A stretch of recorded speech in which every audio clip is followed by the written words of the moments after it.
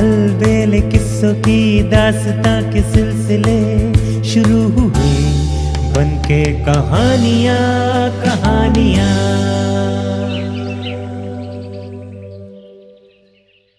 आइए सुनते हैं अरेबियन नाइट्स की कहानियां सिंदबाद जहाजी। बगदाद शहर में हिंदबाद हमाल नाम का एक मजदूर रहता था। वो बहुत गरीब था। रात दिन मेहनत मजदूरी करके किसी तरह अपने परिवार का गुजर बसर करता था। गर्मियों के दिन थे।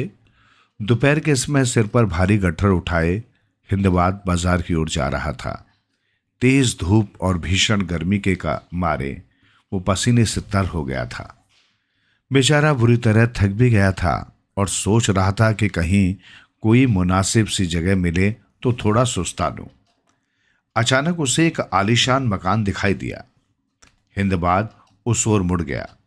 वहां पहुंचने पर उसे काफी ठंडक महसूस हुई। उसने देखा मकान के आसपास पानी का छिड़काव किया गया था। मकान के सामने अनेक हरे भरे और छायादार पेड़ थे।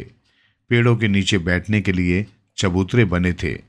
वहां पहुंचकर हिंदबाद ने राहत की सांस ली। उसने अपने सिर से गट्ठर उतार कर नीचे रख दिया और एक चबूतरे पर बैठकर वो सुस्ताने लगा। हिंदबाद चबूतरे पर बैठकर उत्सुकता से उस मकान को देखने लगा। मकान की बनावट से वो बहुत प्रभावित हुआ। उसने बगदाद में इससे पहले इतना सुंदर और भव्य मकान कहीं भी नहीं देखा था। उस समय मकान में एक महफिल चल रही थी। चारों ओर इत्र गुलाब की सुगंध फैल रही थी। बीच बीच में संगीत के मधुर स्वर सुनाई दे रहे थे। जायकेदार पकवानों की खुशबू आ रही थी। रुक रुक कर हंसने खिलखिलाने की आवाजें भी सुनाई दे रही थी।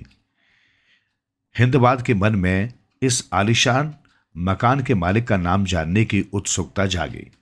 उसने सहमते सहमते दरवान के पास जाकर पूछा, भाई ये खूबसूरत मकान किसका है? हिंदबाद का प्रश्न सुनकर दरवान को बहुत आश्चर्य हुआ। उसने कहा, तुम बगदाद में नए नए आए हो क्या? शहर के बच्चे बच्चे को मालूम है कि ये सिंदबाद की कोठी है। क्या तुमने कभी सिंदबाद का नाम नहीं सुना?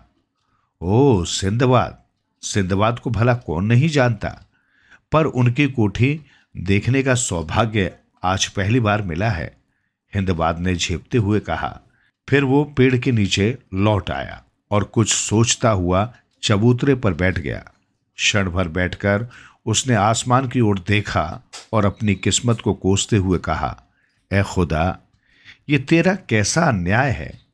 तूने सिंदबाद सेठ को इतनी सारी दौलत दे डाली और मैं रात दिन मेहनत मजदूरी करता रहता हूं, फिर भी मुझे भरपेट खाना नहीं मिलता। आखिर मैंने क्या गुनाह किया है? वो सिंदबाद है और मैं हिंदबाद हूं। हमारे नामों में तो मामूली फर्क है, मगर तकदीर, या खुदा, क्या यही तेरा इंसाफ है? इतना कहकर हिंदबाद जोर जोर से रोने लगा। उधर कोठी में सिंदबाद मेहमानों के साथ गपशप में व्यस्त था। एकाएक उसे किसी के रोने की आवाज सुनाई दी। उसने दरबान को बुलाकर कहा, बाहर कौन रो रहा है? उसे मेरे पास ले आओ। दरबान हिंदबाद के पास जाकर बोला, सुनो भाई, मेरे मालिक तुम्हें बुला रहे हैं, मेरे साथ अंदर चलो। ये सुनकर हिंदबाद बहुत घबराया। घबराकर उसने पूछा, क्यों भाई, तुम्हारे मालिक क्यों बुला रहे हैं मुझे? मेरा क्या कसूर है? अरे भाई डरो मत, इसमें घबराने वाली कोई बात नहीं है। वो डरता डरता दरबान के साथ कोठी में दाखिल हुआ। भीतर जाकर दीवान खाने की भव्यता देखकर हिंदबाद स्तब्ध सा रह गया। नक्काशीदार मेज, कुर्सियां, नरम नरम गद्दे वाले पलंग, रेशमी कालीन, बड़े बड़े झाड़, फानूस और चमचमाती हुई दीवारें, सब कुछ बहुत ही आकर्षक था। दीवान खाने से लगा हुआ एक सुंदर भोजनालय था। साफ सुथरे फर्श पर दस्तरखान लगा हुआ था।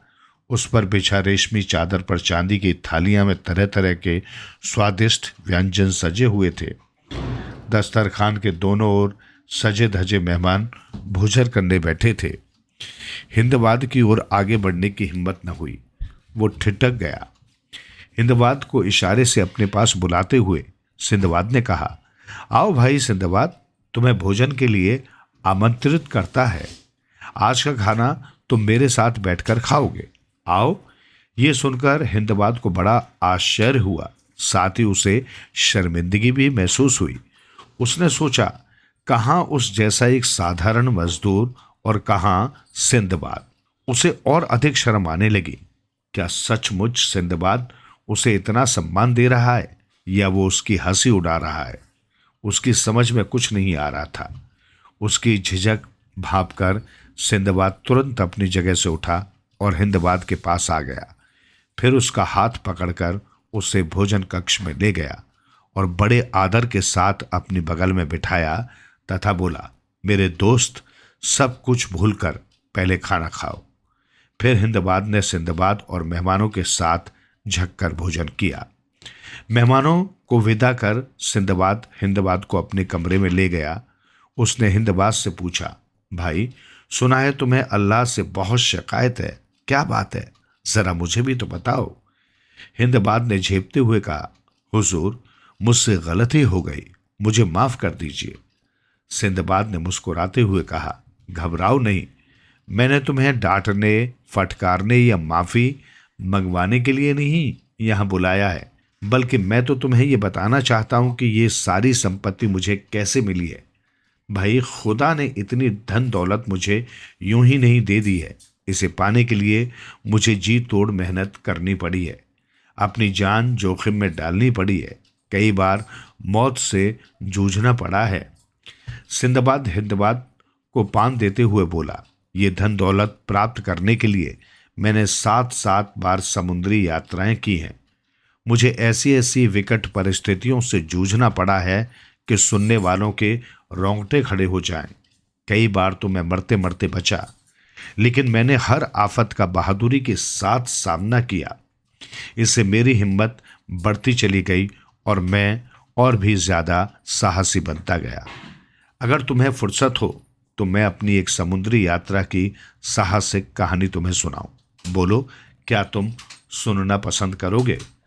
सिंदबाद की बातें सुनकर हिंदबाद बहुत खुश हुआ। उसने कहा, इतनी साहस भरी घटनाएं भला कौन नहीं सुनना चाहेगा। सुनाइए हुजूर, मैं तो इसे अपना सौभाग्य मानूंगा। हिंदबाद की उत्सुकता देखकर सिंदबाद पुराने दिनों की याद में खो गया। उसके दिमाग में एक एक दृश्य उभरने लगा। उसने अपनी साहस भरी एक समुद्री यात्रा की कहानी शुरू की। अपनी पहली समुद्री यात्रा में मैंने बहुत धन कमाया था। ये दौलत मेरी जिंदगी भर के लिए काफ़ी थी। इसके बाद मैं बहुत सुख और ऐशो आराम से रहने लगा। मेरे पास इतनी दौलत हो गई थी कि अब मुझे किसी तरह का काम करने की ज़रूरत नहीं रह गई थी। लेकिन मैं ठहरा साहसी और मेहनती आदमी, इसलिए मुझे आराम की ज़िंदगी बिल्कुल रास नहीं आई। फिर मैंने दूसरी यात्रा की। दूसरी यात्रा में भी बड़ी मुश्किल से बचा, किंतु उस यात्रा में मुझे काफ़ी धन प्राप्त हुआ। मगर तीसरी यात्रा याद करके तो आज भी मेरी रूह कांप जाती है। अपनी 2 यात्राओं से लौटने के बाद घर आकर मैं सुखपूर्वक रहने लगा। कुछ ही दिनों में मैंने वहां से व्यापार की वस्तुएं ली और कुछ व्यापारियों के साथ बसरा के बंदरगाह पर जाकर एक जहाज पर सवार हुआ। हमारा जहाज कई द्वीपों में फंस गया, जहां पर व्यापार करके हम लोगों ने अच्छा लाभ कमाया था। किंतु एक दिन हमारा जहाज तूफान में फंस गया। इसके कारण हम लोग सीधे मार्ग से भटक गए। अंत में एक द्वीप के पास जाकर जहाज ने लंगर डाल दिया और पाल खोल डाले। कप्तान ने ध्यान देकर द्वीप को देखा तो उसकी आंखों से आंसू बहने लगे। हमने इसका कारण पूछा तो उसने कहा, अब हम लोगों का भगवान ही रक्षक है, क्योंकि इस द्वीप के समीप ही जंगली लोगों के द्वीप हैं। उनके शरीर पर लाल लाल बाल होते हैं। इन वनवासियों के कारण भटके हुए जहाजियों पर बड़े बड़े संकट आए हैं। वे हम लोगों से आकार में छोटे हैं, किंतु हम उनके आगे विवश हैं। यदि उनमें से एक भी हमारे हाथ से मारा जाए तो वे हमें चींटियों की तरह चारों ओर से घेर लेंगे और हमारा सफाया कर देंगे। हम सब इस बात को सुनकर बहुत घबराए, किंतु कर ही क्या सकते थे। कुछ देर में जैसा कप्तान ने कहा था वैसा ही हुआ।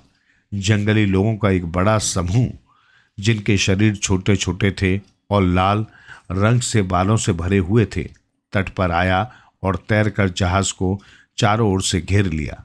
वे अपनी भाषा में कुछ कहने लगे, किंतु वो हमारी समझ में नहीं आया। वे बंदरों की तरह आसानी से जहाज पर चढ़ गए। उन्होंने पालों को लपेट दिया और लंगर की रस्सी काटकर जहाज को किनारे पर खींच ले गए। उन्होंने हमें जहाज से उतार लिया और घसीटते हुए अपने द्वीप पर ले गए। इस द्वीप के निकट कोई जहाज उनके डर से नहीं आता था, किंतु हमारी तो मौत ही हमें घसीट लाई थी। उन्होंने हमें एक मकान के अंदर बंद कर दिया। हमने देखा कि उस मकान के आंगन में मनुष्यों की हड्डियों का ढेर जमा है और बहुत सी मोटी लोही की छड़ें रखी हैं। हम ये देखकर भय के कारण अचेत हो गए। बहुत देर के बाद हमें होश आया तो हम अपनी दशा पर विचार कर रोने लगे। अचानक एक दरवाज़ा खुला और अंदर से एक अत्यंत विशालकाय आदमी मकान के आंगन में आया। उसका शरीर ताड़ की तरह लंबा और बलिष्ठ था और मुंह किसी घोड़े की तरह था। उसके केवल एक ही आंख थी जो माथे के बीच में थी। वो आंख किसी अंगारे की तरह दहक रही थी। उसके दांत बहुत बड़े और नुकीले थे और उसके मुख से बाहर निकले हुए थे। उसका निचला होठ इतना बड़ा था कि उसकी छाती तक लटकता था। उसके कान हाथी जैसे थे और उसके कंधों को ढके हुए थे। उसके नाखून बड़े बड़े और घुमावदार थे, जैसे शिकारी जानवरों के होते हैं। हम सब उस राक्षस को देखकर एक बार फिर गश खा गए। जब हम होश में आए तो देखा कि राक्षस हम लोगों के पास ही खड़ा है और हमें देख रहा है। फिर वो हमारे और निकट आया और हम में से एक एक को उठाकर हाथ में घुमा फिराकर यूं देखने लगा जैसे कसाई लोग बकरियों और भेड़ों को उनकी मोटाई का अंदाज लगाने के लिए देखते हैं। सबसे पहले उसने मुझे ही पकड़ा, लेकिन मुझे दुबला पतला देखकर नीचे रख दिया। फिर उसने हर एक को इसी तरह देखा और अंत में कप्तान को सबसे मोटा ताज़ा पाकर उसे एक हाथ से पकड़ा और दूसरे हाथ से एक छड़ उसके शरीर के आर पार कर दी। फिर उसने आग जलाई और कप्तान को भूनकर खा गया। तत्पश्चात वो अंगड़ाई लेता हुआ अंदर गया और जाकर सो गया। उसके खर्राटे बादल की गरज की तरह आते रहे और रात भर हमें भयभीत करते रहे। दिन निकलने पर वो जागा और घर से बाहर चला गया। हम सब अपनी दशा पर रोने लगे। हमारी समझ में नहीं आ रहा था कि उस भयंकर राक्षस से किस प्रकार प्राण बच सकते हैं। हम सब ने अपने को ईश्वर की इच्छा पर छोड़ दिया। फिर मकान से बाहर निकलकर हमने फल फूल खाकर अपनी भूख मिटाई। हमने चाहा कि रात को उस मकान में न जाएं, किंतु और कोई स्थान था नहीं जहां रात बिताते। फिर राक्षस हमें ढूंढ निकालता ही, अतः हम उसी मकान में आ गए। कुछ रात बीतने पर वो राक्षस फिर आया। उसने फिर हम लोगों को पहले की तरह उठा उठा कर देखा और हमारे एक साथी को अन्य लोगों की अपेक्षा अधिक मोटा ताजा पाकर उसके शरीर में छड़ घुसेड़ दी और उसे भूनकर खा गया। सवेरे जब वो बाहर गया तो हम लोग भी बाहर निकले। हमारे कई साथियों ने कहा, इस प्रकार की कष्टदायक मृत्यु से तो अच्छा है कि हम लोग समुद्र में डूब मरे। किंतु हम में से एक ने कहा, आत्महत्या करना कायरता है। आत्महत्या तो बुज़दिल किया करते हैं। बेहतर होगा कि हम कोई और रास्ता ढूंढे। काफ़ी देर बाद मुझे एक उपाय सूझा। मैंने अपने साथियों से कहा, देखो, यहाँ सागर तट पर बहुत सी लकड़ियाँ और रस्सियाँ मौजूद हैं। क्यों न हम लोग इनकी 4-5 नावें बना लें और किसी जगह छुपाकर रख दें। यदि किसी प्रकार अवसर मिला तो हम उन पर बैठकर भाग निकलेंगे। राक्षस के हाथों मरने से तो वो मौत कहीं अच्छी होगी। मेरा सुझाव को सब लोगों ने पसंद किया। हम लोगों को नाव बनाना आता था और हमने दिन भर में 4-5 छोटी छोटी नावें बना ली, जिनमें 3-3 आदमी आ सकते थे। शाम को हम फिर उस मकान के अंदर गए। राक्षस ने हर रोज की तरह हम लोगों को उठा उठा कर देखा और एक हष्ट पुष्ट व्यक्ति को सलाख में भेद कर भून दिया और खा गया। अब वो सो गया और उसके खर्राटे बहुत गहरे हो गए, तो मैंने अपने साथियों को अपनी योजना बताई और सबने उस पर कार्य करना आरंभ कर दिया। वहाँ कई सलाखें पड़ी हुई थी और आग अभी तक खूब जल रही थी। मैंने और 9 अन्य होशियार और साहसी लोगों ने एक एक सलाख को आग में लाल कर दिया। फिर उन सलाखों को हम सभी ने राक्षस की आंखों में घुसेड़ दिया, जिससे वो बिल्कुल अंधा हो गया। उसने अपने हाथ इधर उधर मारने शुरू कर दिए। हम लोग उससे बचकर कोने में जा छुपे। अगर वो किसी को पा जाता तो कच्चा ही खा जाता। फिर वो चिंगाड़ता हुआ मकान से बाहर भाग गया और हम लोग समुद्र के तट पर आकर उन नावों पर चढ़ गए जिन्हें हमने पहले से बना रखा था। हम चाहते थे कि सवेरा होने पर यात्रा आरंभ करें। तभी हमने देखा कि 2 राक्षस उसी राक्षस का हाथ पकड़े अपने बीच में लिए आ रहे हैं जिसे हमने अंधा किया था। कई अन्य राक्षस भी उसके पीछे दौड़े आ रहे थे। हमने उन्हें देखते ही नावें समुद्र में डाल दी और तेजी से उन्हें खेने लगे।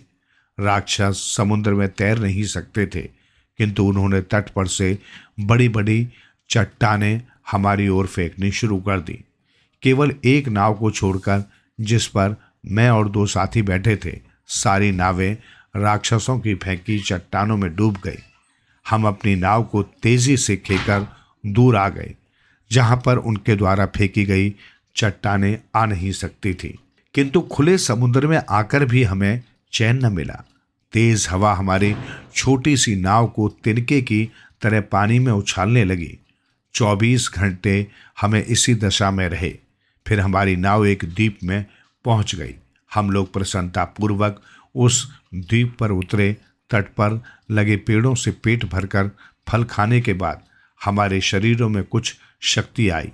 रात को हम लोग समुद्र के तट पर सो रहे। अचानक एक जोर की सरसराहट से नींद खुली तो मैंने देखा कि एक सांप, जो नारियल के पेड़ जितना लंबा था, हमारे एक साथी को निगल रहा है। उसने पहले हमारे साथी के शरीर को चारों ओर से कसकर तोड़ डाला, फिर उसे निगल गया। कुछ देर में सांप ने उसकी हड्डियां उगल दी और वहां से चला गया। हम 2 बचे हुए आदमियों ने बड़े दुख और चिंता में वो रात बिताई। कितनी मुश्किलों से तो हम राक्षसों से छूटे थे, तो ये मुसीबत आ गई जिससे छुटकारा ही नहीं दिखाई देता था। दिन में हमने फल खाकर गुजारा किया। शाम को हमने अपने बचने के लिए एक पेड़ खोज लिया। रात होते ही हम उस पर चढ़ गए। मैं वृक्षों पर काफ़ी ऊंचे पहुंच गया था, किंतु मेरा साथी उतने ऊंचे न पहुंच सका और नीचे की एक मोटी डाल पर लेट गया। सांप फिर रात को आया। पेड़ की जड़ पर पहुंचकर उसने अपना शरीर ऊंचा किया और मेरे साथी को पकड़कर निगल गया। शिकार पचाने के लिए फिर वो वहां से चला गया। मैं सारी रात भय से अधमरा सा रहा।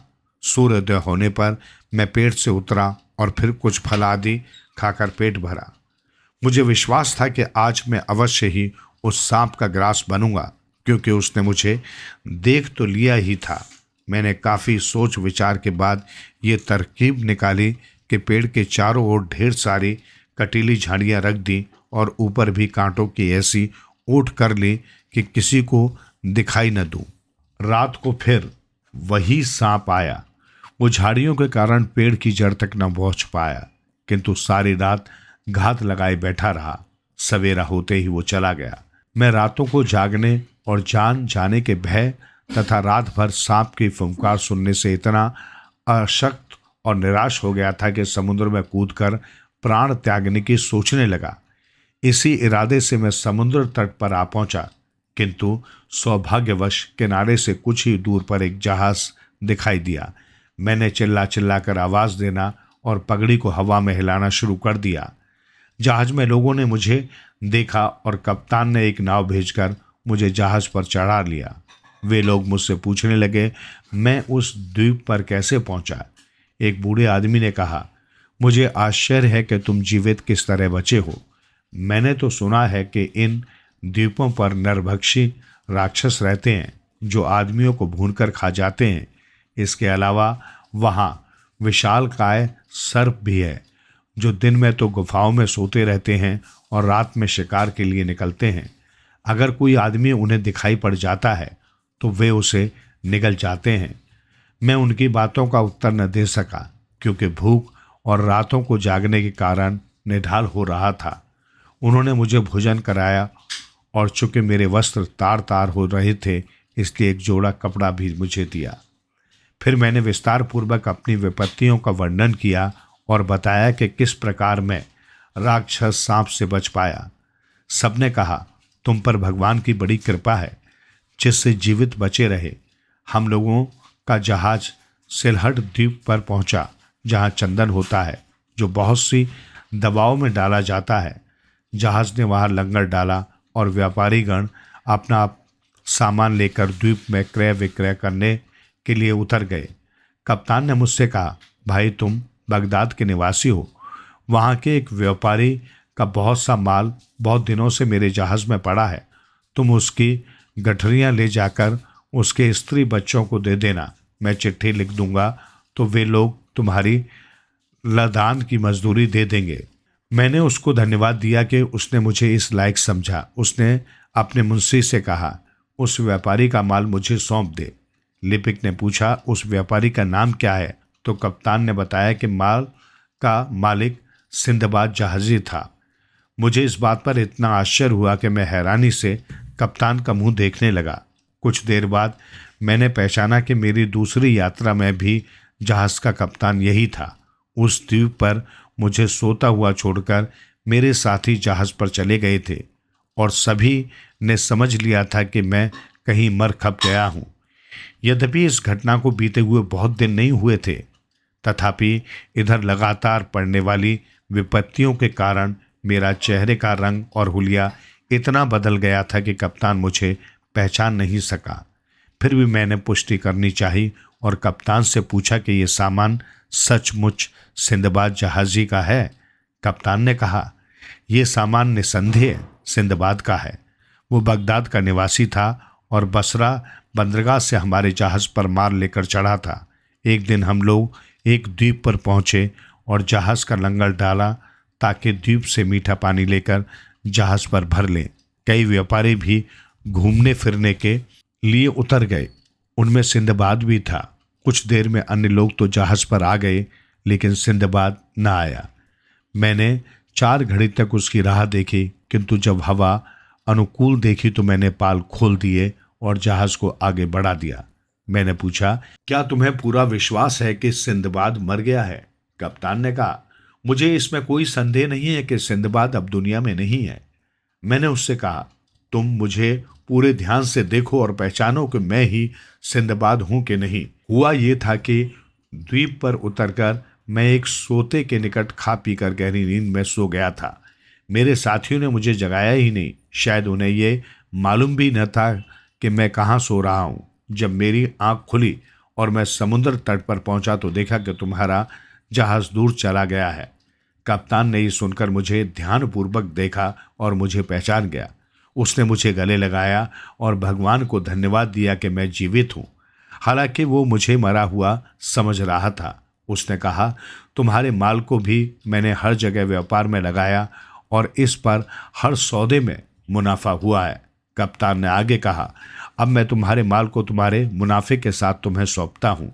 ये कहकर उसने मुझे मेरी गठरियाँ सौंप दी और वो नगद राशि भी दे दी जो मेरे माल के व्यापार के लाभ के रूप में उसके पास थी। मुझे इस सब मिलने की कोई आशा नहीं थी, इसलिए मैंने भगवान को लाख लाख धन्यवाद दिया। फिर हमारा जहाज सिलहट द्वीप से अन्य द्वीपों में पहुंचा, जहां से हम लोगों ने दाल चीनी आदि खरीदी। हमने दूर दूर की यात्रा की। एक जगह हमने इतने बड़े कछुए देखे जिनकी लंबाई चौड़ाई 50-50 हाथ की थी और अजीब मछलियां भी जो गाय की तरह दूध देती थी। कछुओं का चमड़ा बहुत कड़ा होता है, उसकी ढालें बनाई जाती हैं। हमने एक और अजीब किस्म की मछलियां देखी। इनका रंग और मुंह ऊंट जैसा होता है। घूमते घूमते हमारा जहाज बसरा के बंदरगाह में पहुंचा। वहां से मैं बगदाद आ गया। मैंने कुशल क्षेम से अपने घर आने पर खुदा का लाख लाख शुक्रिया अदा किया। इस खुशी में मैंने बहुत सा धन भिखारियों तथा निर्धनों की सहायतायार्थ दिया। इस यात्रा में मुझे काफ़ी लाभ हुआ। अपनी तीसरी रोमांचक यात्रा का वर्णन समाप्त करके सिंदबाद ने हिंदबाद को 100 दीनार देकर विदा कर दिया।